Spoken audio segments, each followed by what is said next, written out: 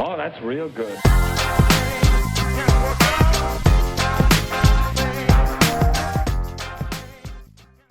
Hello everyone, and welcome to our channel Penny Lesson. We talk about everything finance, from tips on making money and proper investing to news about the different economies and situations affecting the global markets. The goal of this channel is not only to teach you how to be more financially responsible but also to teach you how to be more aware of global events. So why not just sit back and relax while we tell you what's happening in the finance sphere?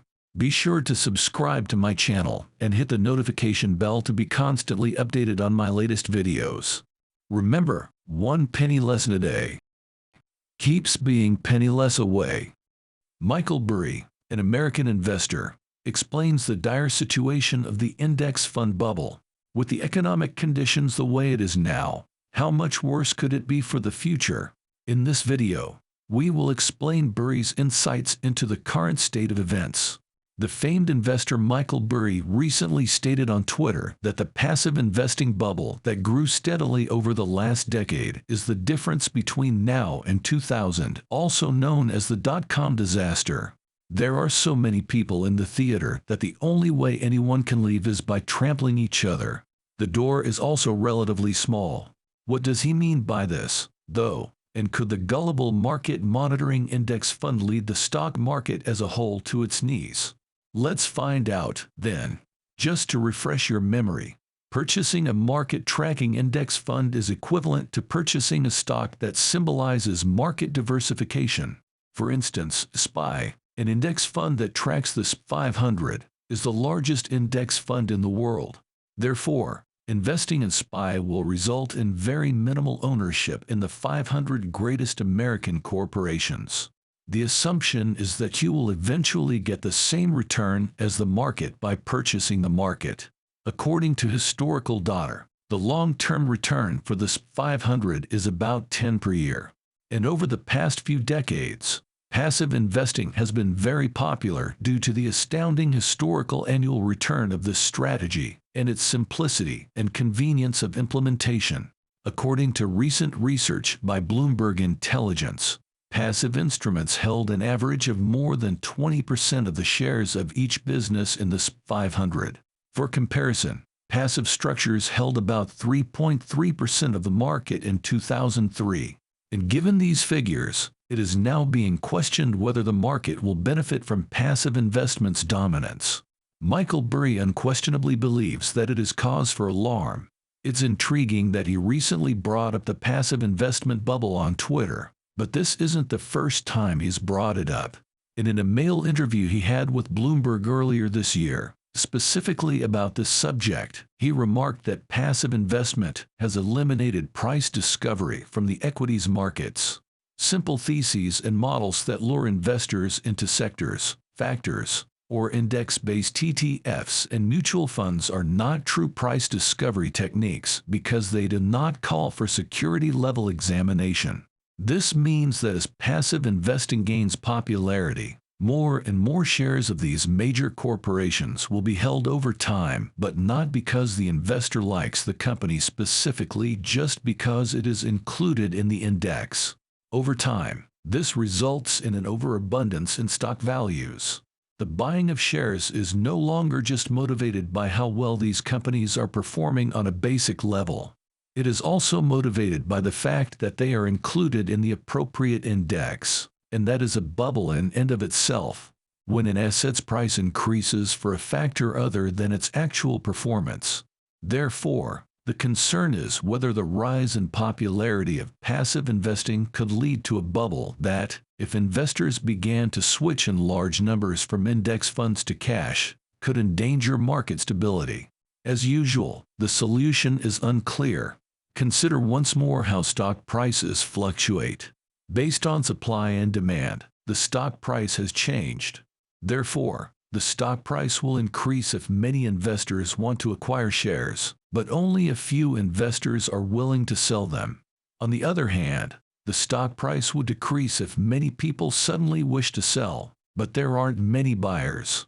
A typical daily trading volume, or how many shares on average change hands each day, is now available for each stock. The important thing to remember about daily volume is that stock prices don't move all that much unless the daily volume is abruptly and significantly disturbed.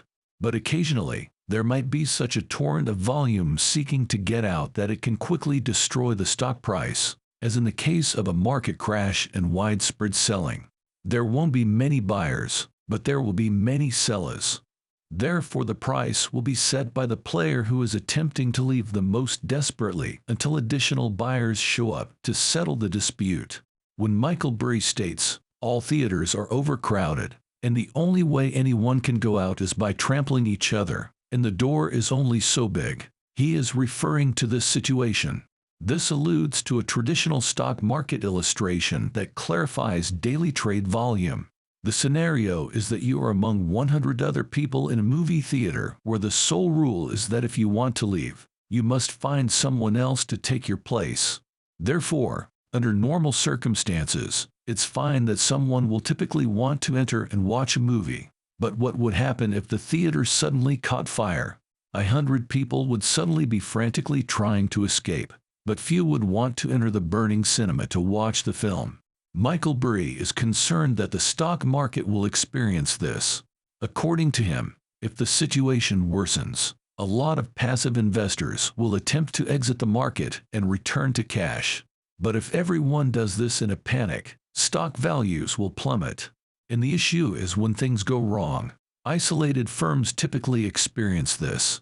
What occurs if all of the company's passive investors, who control a small portion of everything, decide to depart at once? I suppose it crashes everything then, is that right? The impact will be the same for all of the index stocks.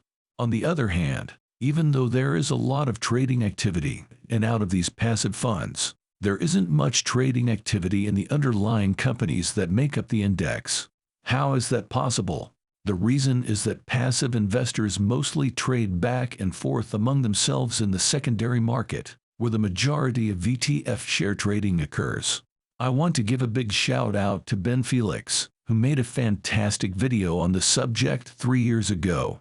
In that video, he quotes two really interesting pieces of evidence.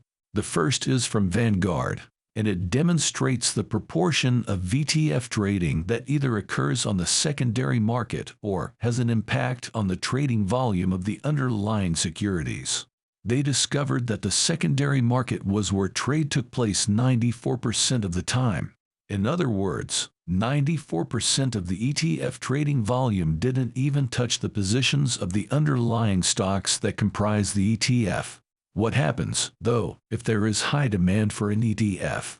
Or, on the other hand, a large volume of sales all at once? ETF units are indeed generated or destroyed in those circumstances, and the underlying stocks do trade as a result.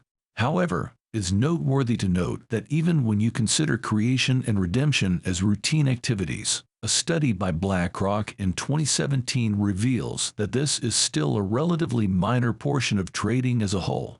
They discussed the situation with Apple, which is the biggest firm in the world at the moment.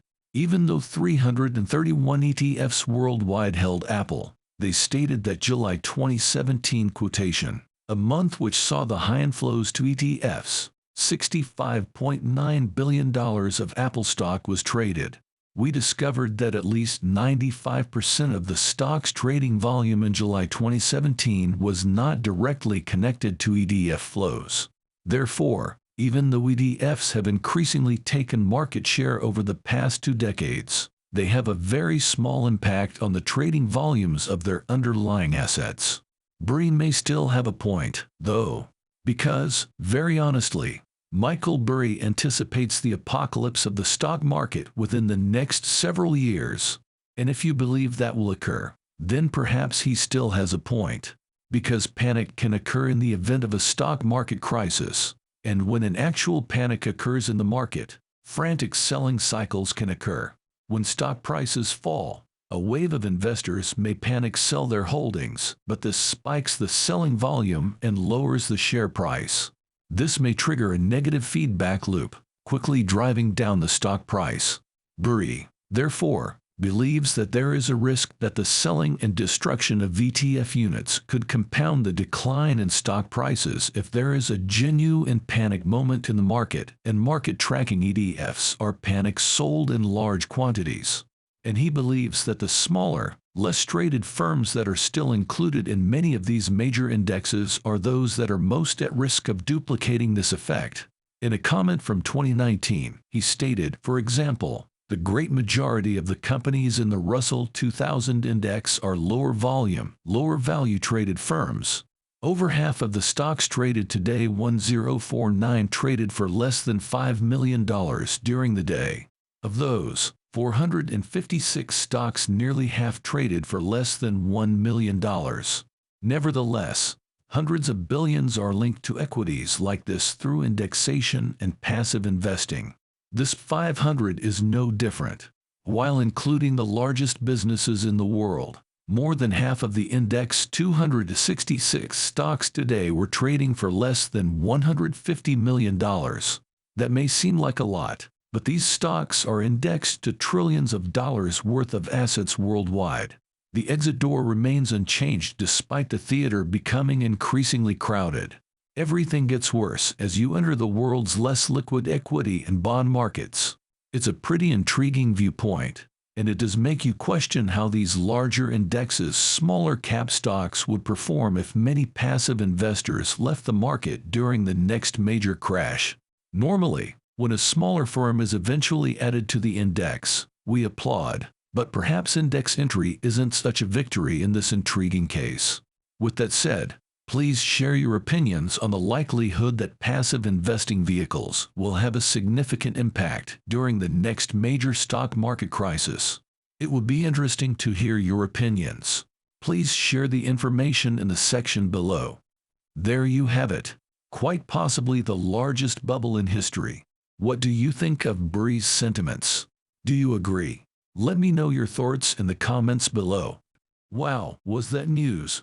Why not ponder it? Want to know the latest? Comment if you want more articles like this. This video is just one of many videos on my channel that brings you the latest news about the world of global finance and economics. So go hit that subscribe button if you don't miss out on content like these. If you enjoyed this video, please hit the like button. Thank you for all your support, and I'll see you again next time.